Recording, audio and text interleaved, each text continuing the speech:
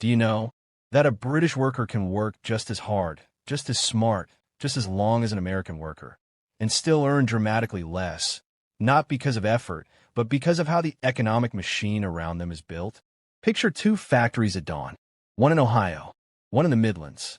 Same coffee, same fluorescent lights, same quiet dread of Monday morning. But by Friday, one worker's pay packet is heavier. Not because they lifted more boxes, but because the system lifted more value around them. Tonight, we're not talking about laziness, culture wars, or national decline headlines. We're talking about structure, pipes behind the walls, gears under the floorboards, the things nobody shows you on the evening news because they're boring to film but very expensive to ignore. And yes, we'll make this painless. Economics with jokes. Think of it as a documentary with a few well-timed dad jokes and the occasional raised eyebrow. Why does this matter now? Because wages shape everything. Housing, pensions, retirement dignity, social stability, and whether the next generation thinks the system works or quietly checks out. And what happens in the UK doesn't stay in the UK. It ripples across Europe, the US, and emerging economies watching closely, clipboard in hand. Before Chapter 1 begins, a small request. If you enjoy learning without being yelled at, subscribe. If you've ever wondered why your payslip feels lighter than the headlines promised, press like. It helps the algorithm. Productivity, the silent engine beneath every paycheck. The camera opens on a familiar scene. Morning trains, coffee cups, a nation waking up to work. On the surface, British and American workers look remarkably similar. Same laptops, same meetings that could have been emails, same quiet hope that today finishes on time. Yet beneath this sameness lies the most powerful force shaping wages: productivity. Productivity is not about how hard people work. Anyone who has spent 8 hours in an open-plan office knows effort is plentiful. Productivity is about how much economic value is produced per hour worked. And this is where the gap quietly opens. In the United States, productivity per worker is significantly higher than in the UK. This matters because wages are not paid from goodwill. They are paid from output. When a worker produces more value, employers can pay more without sacrificing profit. When productivity stalls, wages freeze, not dramatically, but politely, over years like a kettle that never quite boils. The UK's productivity problem did not arrive suddenly. It crept in after the 2008 financial crisis and never left. While the US treated the crisis like a brutal lesson and reinvested heavily in technology, software, automation, and capital equipment, the UK entered a long period of hesitation. Businesses focused on cost control rather than expansion. Investment slowed. Outside London, it nearly stopped. This creates a strange contradiction. British workers are often highly educated, globally competitive, and adaptable. But they are frequently working with older systems, smaller firms, and limited tools. It is the economic equivalent of hiring a concert pianist and handing them a slightly out-of-tune keyboard. They can still play beautifully, but the room never quite fills with sound. In America, firms scaled faster. They adopted digital systems earlier. They invested aggressively in tools that magnify human output. A single engineer in Silicon Valley might write code that serves hundreds of millions of users worldwide. That scale transforms 1 hour of labor into enormous value. Wages simply follow the math. Who benefits from low productivity? In the short term, companies that avoid investment risk. Who loses? Workers whose wages drift sideways while costs march forward. The subtle truth rarely discussed is this: productivity is not a cultural trait.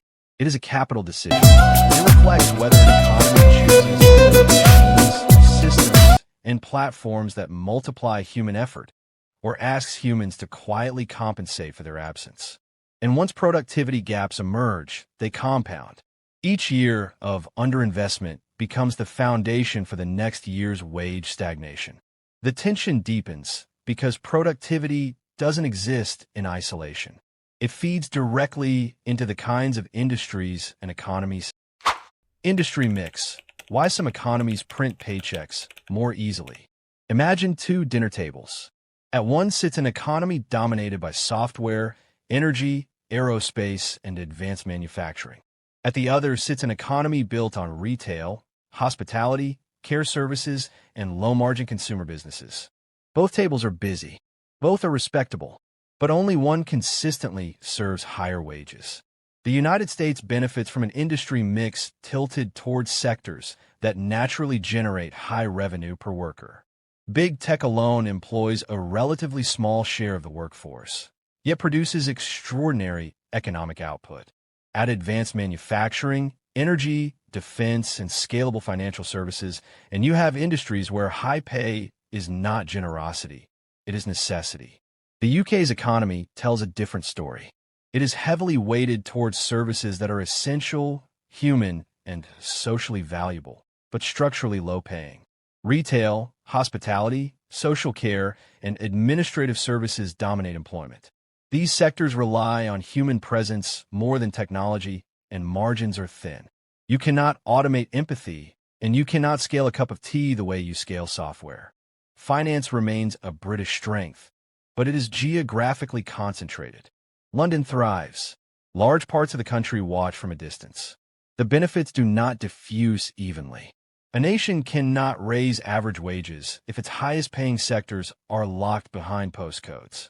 The overlooked contradiction is this: the UK is not lacking talent. It is lacking domestically headquartered global giants. Many of the world's most profitable companies operate in the UK, but they are not British. Profits flow outward. Strategic decisions are made elsewhere. Wage ceilings are imported along with management culture. Who benefits from the structure? Consumers enjoy lower prices. Investors enjoy stability. Who loses? Workers whose industries simply cannot generate enough surplus to lift wages meaningfully. Here is the systemic truth often missed. Economies do not become high-wage by wishing for it. They do so by cultivating industries where scale, technology, and global reach are built into the business model. Scale, the quiet advantage of being enormous. Scale is the least emotional explanation for wage differences and one of the most powerful. A U.S. company operates inside a single, unified market of over 330 million people. One legal system, one language, one regulatory framework. A successful product can spread nationally before lunch. In contrast, UK firms operate in a smaller domestic market and, post-Brexit, face increased friction when accessing Europe. Even minor trade barriers matter over time. Paperwork adds cost. Delays reduce competitiveness. Scale becomes harder to achieve. For software firms, scale is everything. For manufacturing, it determines whether automation is worth the investment. For wages, it defines how much surplus exists to share. A software engineer in California might contribute to a product sold worldwide with near-zero marginal cost. Their output is multiplied instantly. A similar engineer in the UK may work on smaller systems, serving fewer users, generating less revenue per hour, not because of skill, but because of market reach. Who benefits from scale? Firms that can dominate global niches. Who loses? Workers whose productivity is capped by geography. The subtle truth is that wages are often a reflection of how far your work travels. In the US, it travels far, fast, and often digitally. In the UK, it frequently stops at the border. And when scale is limited, investment hesitates. Which brings us to the fourth chapter, the culture of investment itself. Investment, the difference between confidence and caution. Investment is where everything converges. Productivity, industry mix, scale, all depend on whether capital flows forward or stands still. The United States invests more aggressively in research, expansion, technology, and worker tools. Venture capital is abundant. Failure is tolerated. Growth is rewarded. The system expects some losses in exchange for long-term gains. The UK, by contrast, has developed a cautious investment culture. Firms prioritize short-term returns. Infrastructure projects move slowly. Business investment per worker lags behind peers. Outside London, underinvestment is chronic.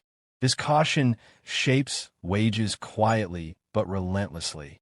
Without investment, workers cannot become more productive. Without productivity gains, wage growth becomes a negotiation rather than a structural outcome. Who benefits? Stability seekers. Asset holders. Who loses? Workers waiting for tomorrow's tools with yesterday's systems. The deeper truth is unsettling. Wage stagnation is not an accident. It is the predictable outcome of years of restrained ambition. And as we move toward the outlook, one thing becomes clear. This is not about national character. It is about choices made slowly, compounded quietly, and felt personally. In the final moments of this documentary, the question lingers. Not whether the UK works hard enough, but whether it has built an economy that lets work truly pay. Risk, mobility, and the economics of nerve. The story now shifts from machines and markets to something less visible but equally powerful. How comfortable a society is with risk. In the United States, the labor market moves fast. People change jobs frequently, sometimes uncomfortably so. Careers zigzag. Loyalty is admired, but mobility is rewarded. This creates constant wage pressure. Employers know that if they do not raise pay, someone else will. The result is not kindness, it is competition. In the UK, the labor market moves more carefully. Stability is valued. Job tenure is longer. Negotiations are polite. Raises arrive gradually, often after years of service. This culture did not appear by accident. It reflects a deeper national preference for predictability over volatility. Historically, this caution made sense. Strong unions, stable employers, and defined benefit pensions rewarded long-term attachment. But as those structures weakened, the culture remained.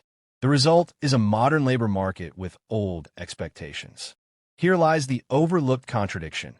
UK workers often take less risk in moving jobs, yet face growing financial risk in housing, pensions, and retirement. Stability at work no longer guarantees stability in life, but behavior has not fully adjusted. In the US, job hopping has become a rational survival strategy. Each move resets market value. Wages jump in steps rather than inches. Employers expect this and budget for it. It is exhausting but effective. Who benefits from low mobility? Employers who retain talent at lower cost. Who loses? Workers whose wages lag their true market value. The subtle truth rarely discussed is this. Wages rise fastest when workers are willing and able to walk away. Labor markets reward confidence, not patience. But confidence alone cannot overcome structural costs.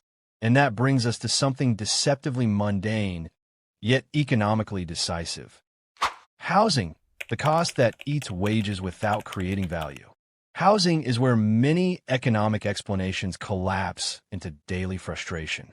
In the UK, housing is expensive not because it is exceptionally luxurious, but because supply is constrained. Planning restrictions, limited land release, and slow development have pushed prices and rents upward for decades. This absorbs income without increasing productivity. Here is the cruel irony. High living costs do not automatically lead to higher wages. Employers do not pay more simply because rent is high. They pay more when workers generate more value. As a result, British workers spend a larger share of income on housing, leaving less for savings, investment, or risk-taking. High housing costs become a silent tax on mobility. People stay in jobs they dislike because moving cities feels financially impossible.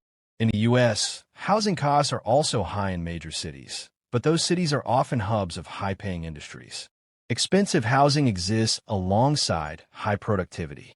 In the UK, housing costs rise even where wages do not. Who benefits?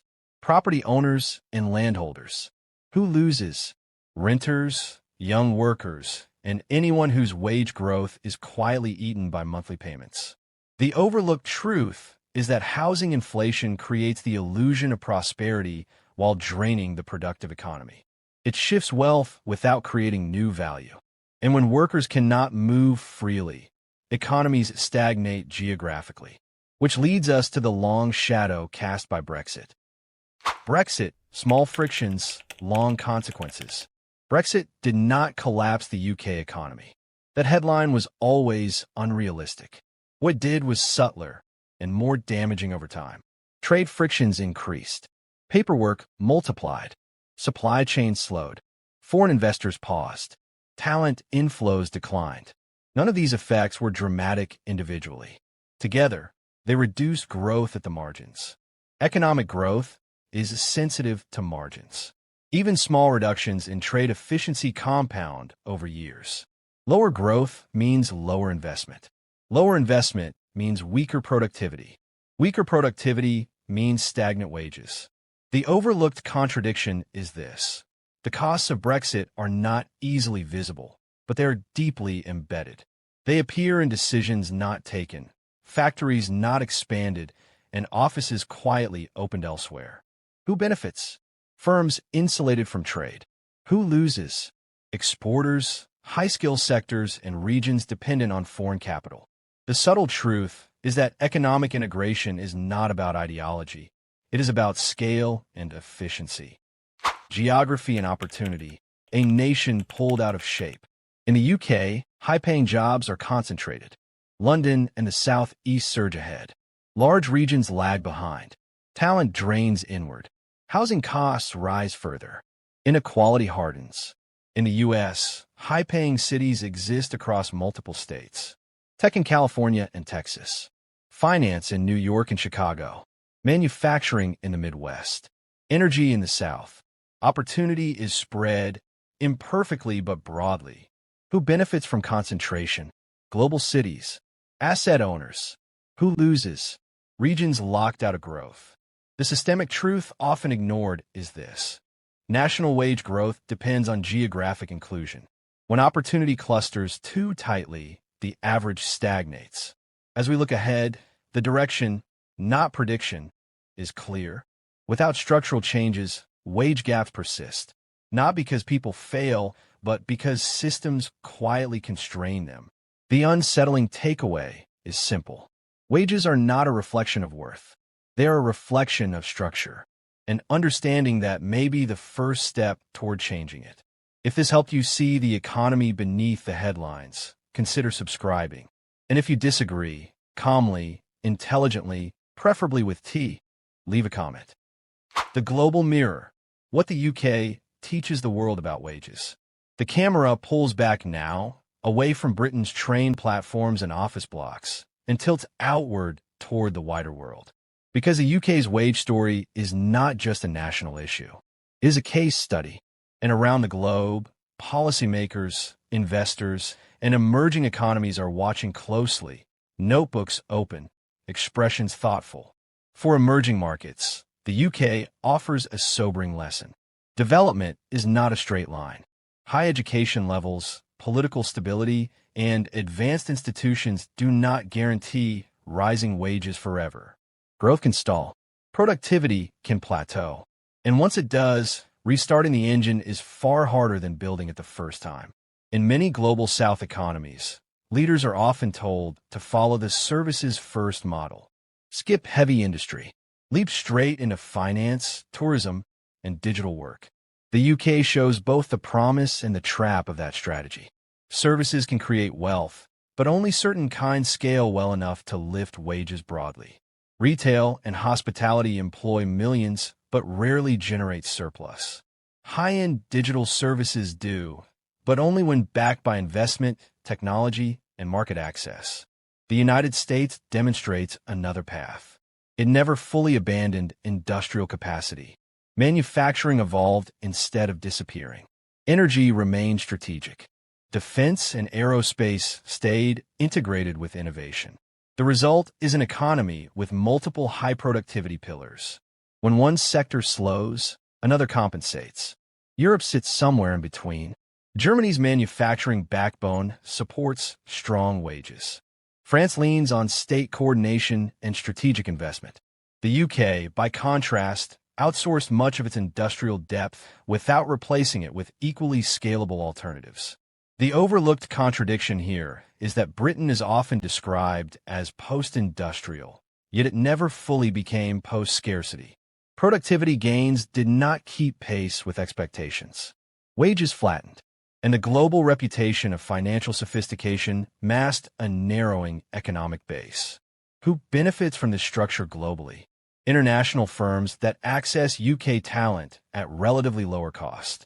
Global investors who value stability over growth. Who loses? Domestic workers whose skills are globally competitive but locally underpriced. The subtle truth mainstream coverage avoids is this: countries do not compete on effort. They compete on systems. The UK's experience shows that once wage growth decouples from skill growth, talent flows outward quietly and rationally. And this is where the story becomes geopolitical. Capital follows returns. Talent follows opportunity. Nations that fail to align productivity, wages, and investment slowly lose influence. Not through crisis. The next decade, drift, choice, and quiet consequences. Over the next 5 to 10 years, the UK's wage story will likely continue along its current trajectory unless structural forces shift. Not suddenly, not dramatically, gradually, incrementally, almost politely. Productivity will remain the central constraint. Without sustained investment in technology, infrastructure, and scalable firms, wage growth will struggle to outpace inflation. This is not pessimism. It is arithmetic. Housing will continue to absorb income unless supply expands meaningfully. High costs will limit mobility. Talent will cluster further. Regional gaps will persist. The average will remain under pressure even as pockets of prosperity thrive. Globally, the consequences are subtle but significant. The UK will remain attractive as a stable, educated, English-speaking economy, but it may increasingly resemble a high-skill, mid-wage country rather than a high-wage leader. For global finance, this means reliable services but limited dynamism. For emerging markets, it serves as both a warning and a guide. Development must be continually reinforced, not assumed. The U.S., for all its volatility, will continue benefiting from scale, investment culture, and aggressive labor competition. Europe will continue its internal balancing act between protection and productivity. And emerging economies will face a clear choice: build systems that amplify labor or inherit the UK's plateau at a later stage. The unsettling takeaway is this: wage stagnation is not a failure of individuals, is not a moral judgment, is the long-term outcome of cumulative choices about investment, planning, risk, and scale. And those choices are reversible. Slowly, deliberately, expensively. The real danger is not decline. It is normalization, a generation adjusting expectations downward without ever being told why. The calm truth beneath the drama is this: economies rarely collapse. They drift, and drift, over time, reshapes lives just as profoundly. So the next time wages make the headlines, remember the unseen machinery beneath them: the capital flows, the planning laws, the market size, the investment decisions made years ago. If this helped you see the economy more clearly, without shouting, without slogans, consider subscribing. And if you have lived this story from the inside, share your perspective below. Calmly, thoughtfully, preferably with a sense of humor. After all, understanding the system is the first step toward not being quietly surprised by it.